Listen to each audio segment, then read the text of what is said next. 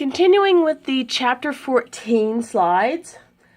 So, still looking at our gray matter versus our white matter. So, remembering that the gray matter's on the outside, which is highlighted in the orange. Some of our gray matter structures also being more deeply embedded inside of the white matter, which is more interior.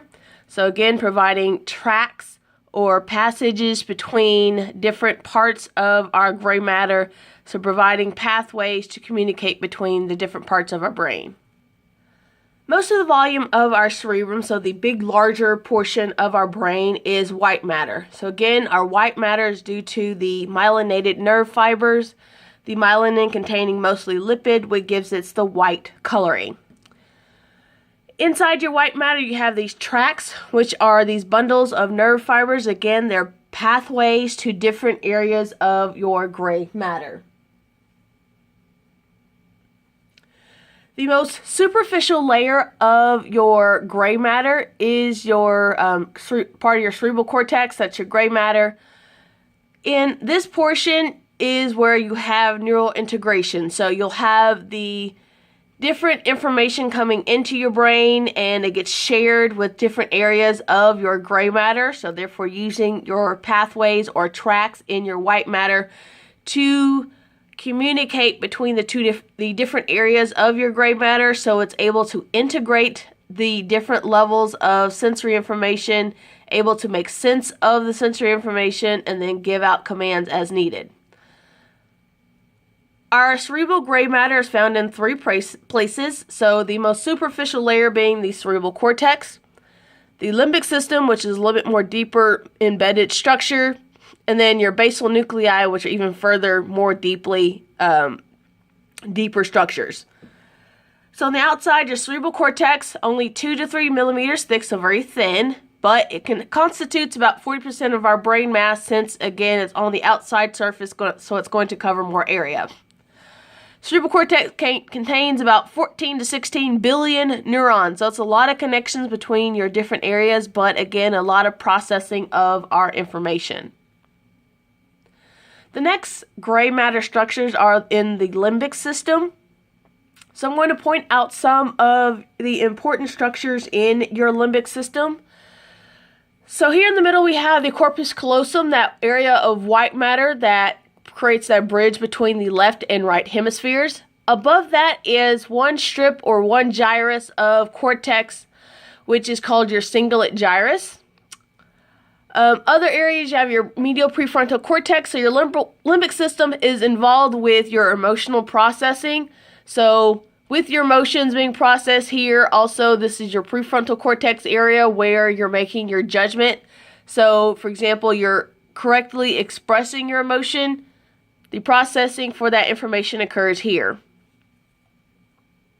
I'm not going to point out all of these structures, but two that I am going to three that I am going to point out. So you have your basal nuclei, again, even more deeply embedded.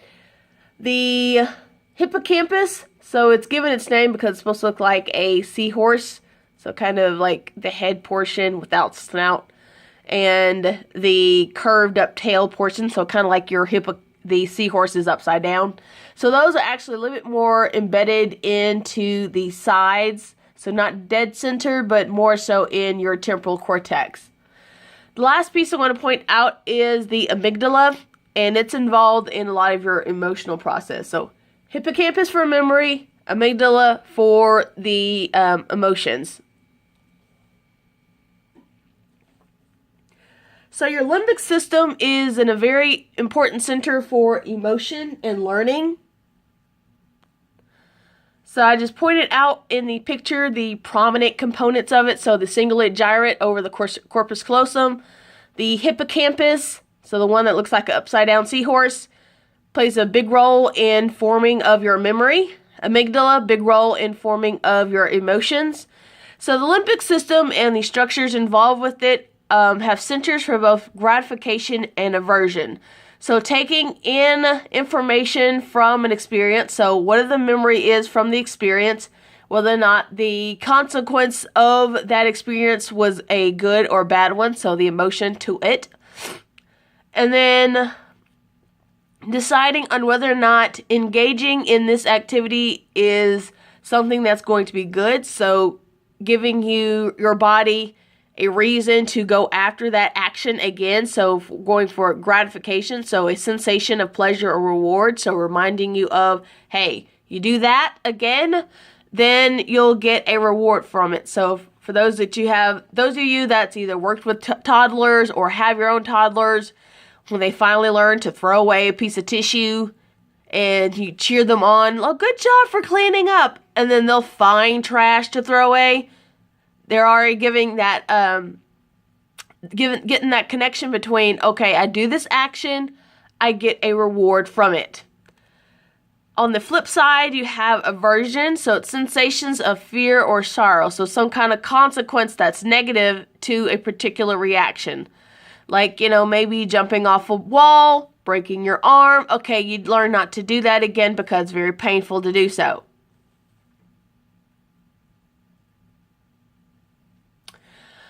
Next gray matter structure that is more deeply embedded into the brain is the basal nuclei. The basal nuclei receives input from the substantia nigra as well as the motor areas of the cortex, so it's involved in your motor control. So it works as a relay system between different areas of your brain. So here's a picture of your basal nuclei. So each of these little colored sections here are nuclei. They're groups of where different neurons are. They have their own particular functions, and they provide a relay system between different areas of the brain.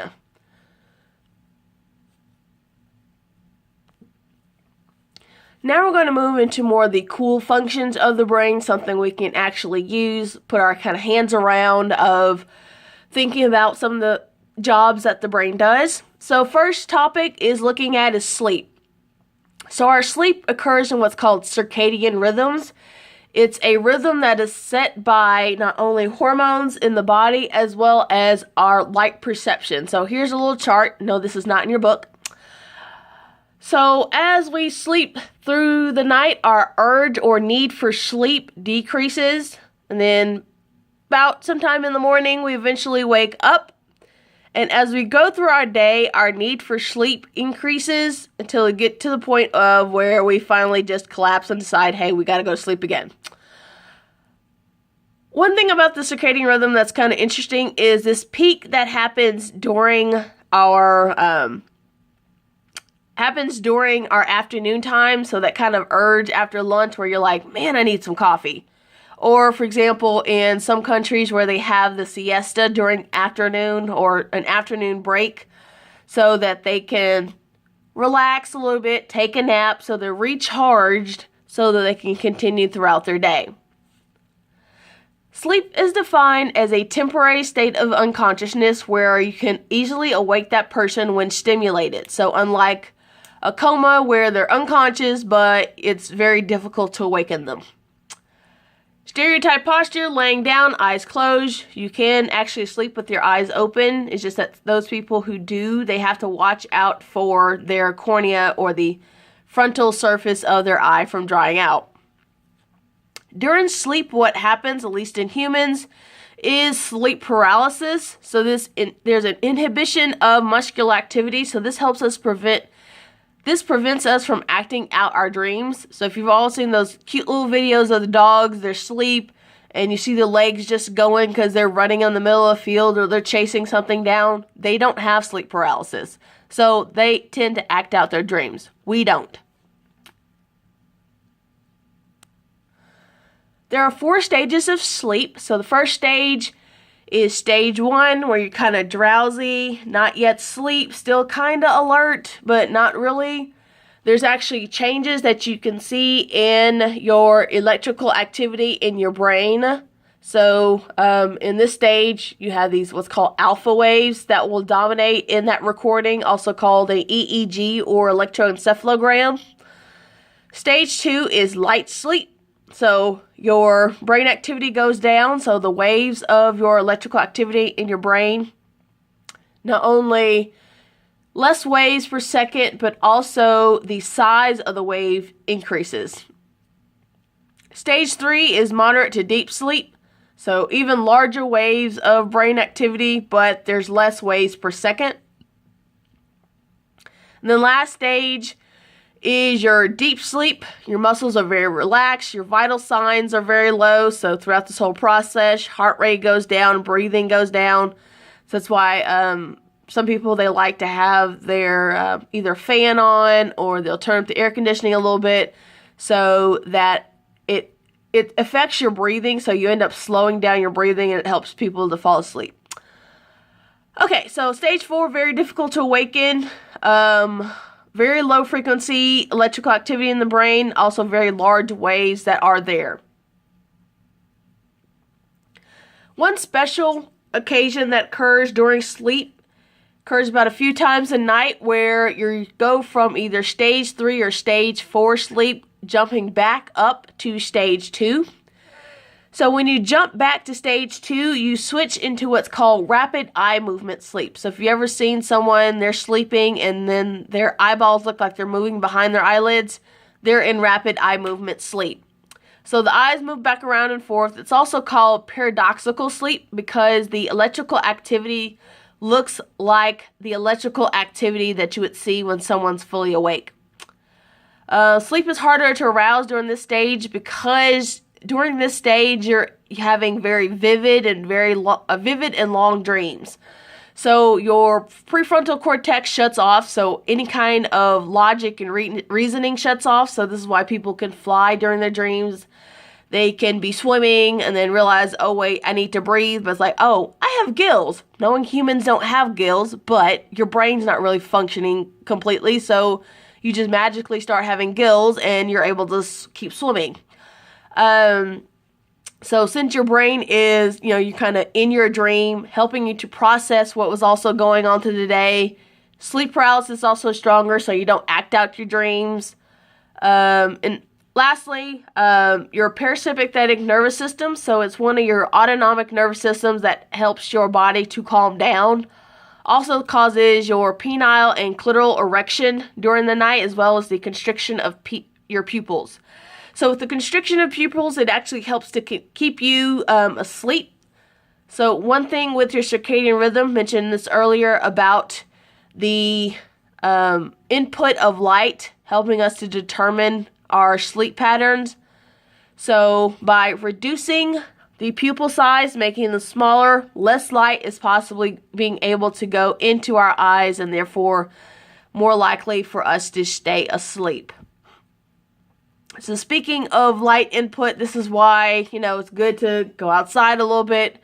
Gives your brain the ability to detect where the sun is, because your eyes can actually determine your angle of where the sun is to determine what time of day it is. So for example, people who have been put into a sensory deprivation environment where they don't get any sunlight, and they have no way of realizing what time of day it is, they actually end up start sleeping every 2 hours because they're not getting that light signal. So this light signal comes into an area called the suprachiasmatic nucleus. So we have our 2 eyeballs. They both send information back to the back of your brain where your occipital lobe is, underneath your occipital bone. And as they move back, they cross each other, and some parts of that information will go to one side of your occipital lobe. Some of that information goes to the other one. So both of your sides of your occipital lobe are going to get information from both eyeballs. This is how we are able to have depth perception. So being able to see what something is behind another thing. So for example, if you ever seen when you see birds and they're walking and they're doing that kind of head bobby thing, it's because they don't have depth perception. So for them, as they're trying to figure out where stuff is, they do that little head bob thing to kind of try to figure out what's behind another object. So this suprachiasmatic nucleus is above the chiasm, or X, where your optic nerve is sending information to your occipital cortex. So this nucleus gets a little bit of information from what light is coming in that helps us determine whether or not it's night or day based on our based on the sensory information of the light coming in.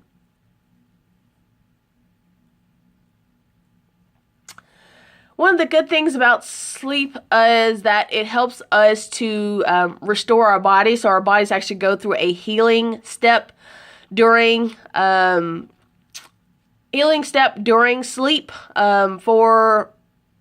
In the lab situation, we've actually done sleep deprivation studies that can be fatal to someone because you're not restoring your energy sources. You're not being able to heal kind of things that are become injured because you're even just normal functionings of your body. They needs to be restored and healed over while you're sleeping.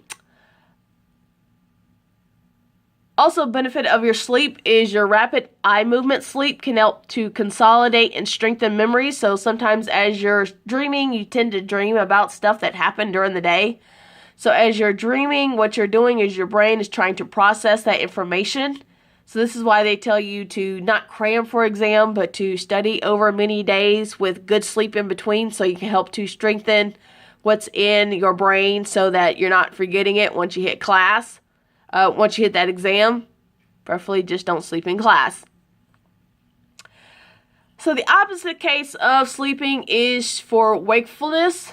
So that comes from our hypothalamus. So if you remember our little pituitary gland that hangs from the base of your brain, the hypothalamus is right above that, so it's superior to that.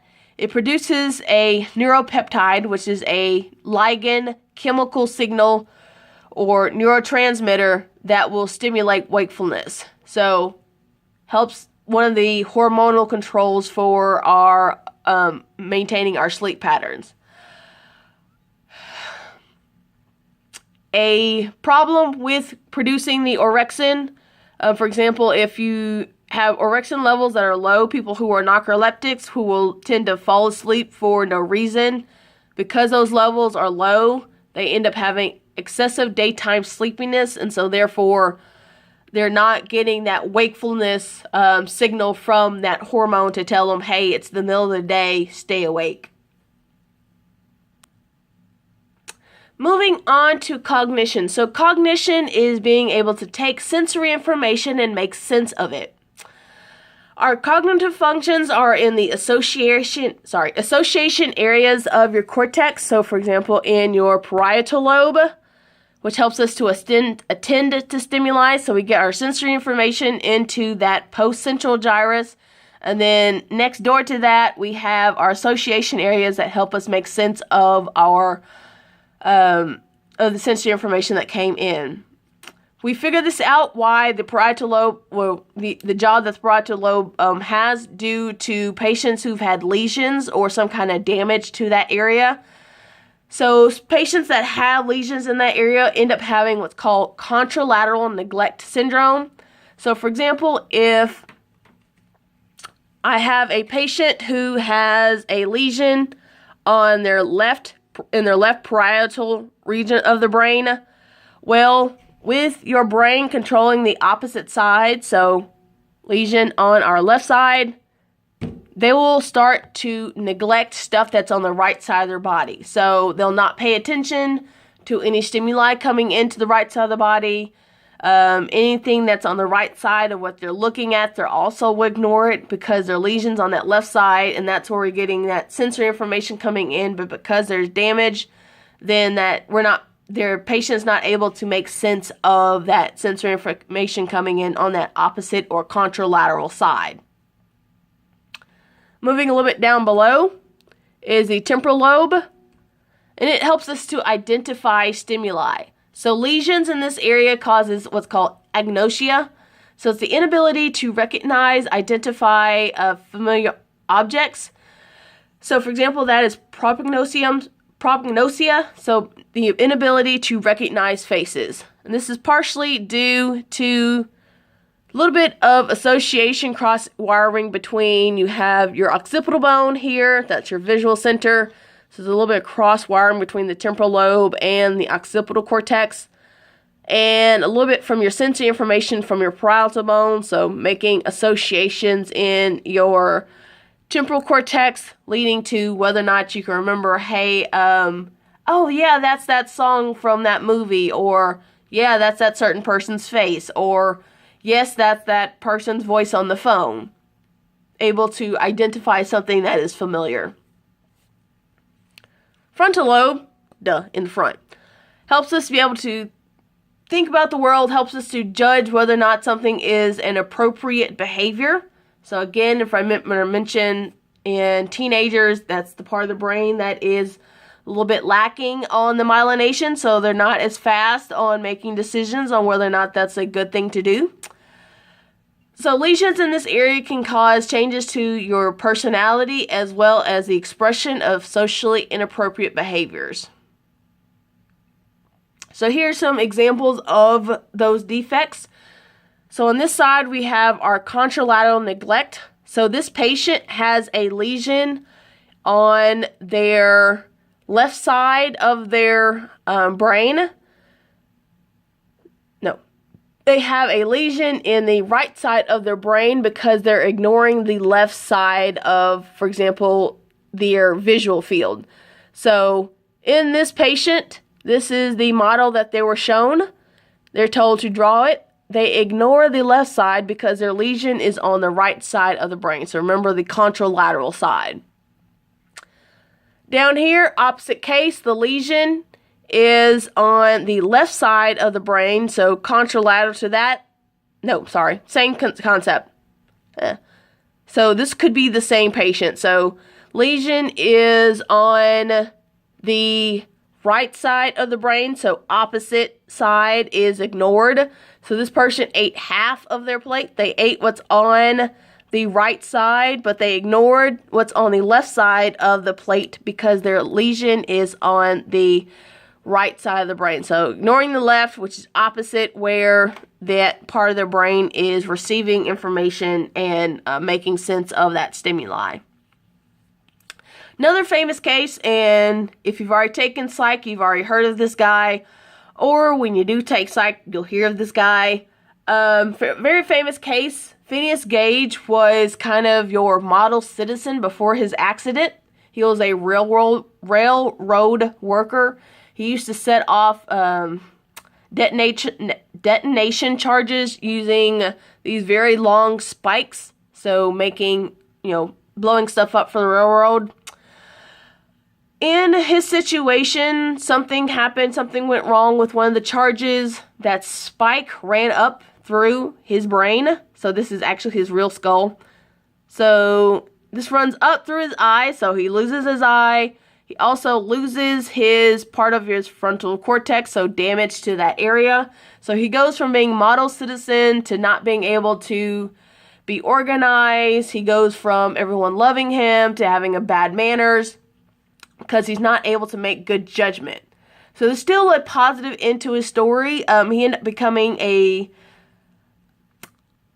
stagecoach driver, and this helped him because he had to be on a schedule. So he didn't have time to make decisions. He had to stay on that schedule. One benefit to him being a stagecoach driver, because he was missing parts of his prefrontal cortex, so lacks in his ability to make judgment on appropriate actions, the danger associated with driving really fast didn't really click with him. So he would drive his wagon very, very fast. He actually became kind of famous for it because the people in town, they'd be waiting for him, and they'd, being able to watch him drive his cart really, really fast because he wasn't making good judgment from that part of his brain being damaged. Moving on to memory. So memory has to deal with information management. So learning new information, storing that information, being able to retrieve that information, and being able to forget stuff that you don't need. So kind of like, getting a new piece of paper that has some information on it, putting it into your file cabinet, being able to find where in that file cabinet you put that piece of paper. And when your brain doesn't think it's necessary enough to keep that piece of paper, then you throw it away. Kind of like you probably don't remember what you had for breakfast yesterday, because that's very important information to know. Maybe a loved one's telephone number. Of course, it's stuck in your cell phone, but you probably should know that by heart. having that information in your brain, important enough to know to remember that number, or maybe for example, maybe your anniversary or your birthday or your special, your partner's birthday. Remembering that's something that your brain most likely wouldn't forget. So defects in memory is called amnesia. There's two types of amnesia. So for procedural memory, which being able to remember how to do something, you can have two different types of amnesia, so forgettingness of the memory. So let's say let's say this pencil represents the memories over time in our lifetime. The black line on the pencil represents maybe a major accident that we had where we caused a lot of brain damage. So depending on the situation, you can either have anterior grade amnesia where here's our accident, so not able to make new memories. So anything past that. So for example, if you remember 50 First Dates with Adam Sandler and Drew Barrymore, where Drew Barrymore's character had anterior grade amnesia due to her accident. So she would always forget that she had already met Adam Sandler's character already. So that's why every date was like a first date with them. Other type of amnesia is retrograde amnesia, so forgetting stuff that happened before the accident or before the injury. So you can't remember stuff that happened in the past. Structures that are important for our memory. So main thing is our hippocampus, part of our limbic system area for memory. So it functions for memory consolidation, taking our memories from short-term storage into long-term storage. The memories aren't actually held in the hippocampus itself, but it's necessary for forming of our memories. So we realize this again, someone had damage, and we figured out what's wrong with them, and we associate it with the hippocampus. So in this case, patient's initials are HM. This person had seizures, and a lot of times when someone has seizures, the area of activity where it starts happens in the temporal lobe. So he had his temporal lobes removed so he can stop having seizures. And when they did that, they also removed his hippocampi. So when he moved both hippocampi, so hippocampi is plural for hippocampus. When he had that removed, he no longer was able to make new memories. Other important structures for memory are the cerebellum, so learning of our motor skills, so the wrinkly part of our brain at the back, helping to have that memory of your motor plan for enacting out certain activities.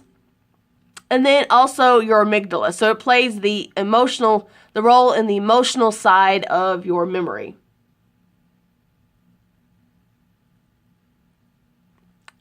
So for your emotions, it's interactions between your prefrontal cortex and your diencephalon, which is a little bit more deeper structure in your brain.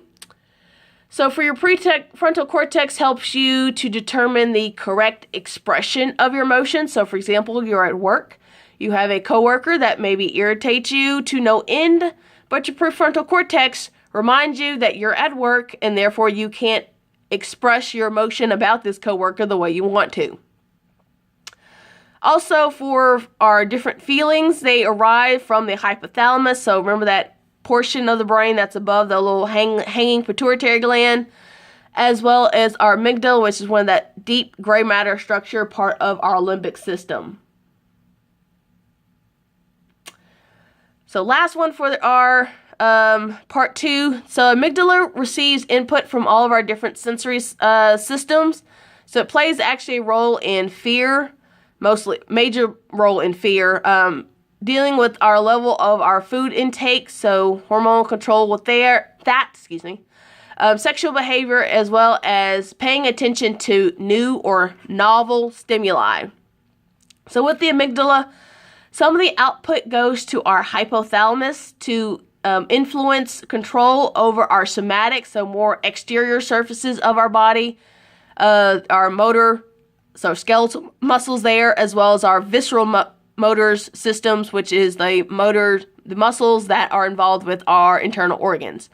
So changing the ability of our, for example, in time of fear, heart starting to race, blood pressure rising, hair standing on end, might even vomit. Also sends output to our prefrontal cortex, so helping us with our expressions of our emotions, so being able to take that information and, again, correctly express it. So our behavior is shaped by our learned association between the stimuli coming in, our responses to them, and the reward or punishment that results. So with these different areas of our brain helping to send information to different areas, lets us be able to put all these pieces together so we're able to adjust our behavior so that we're going towards a reward usually and going away from some type of punishment. Part 3 coming next.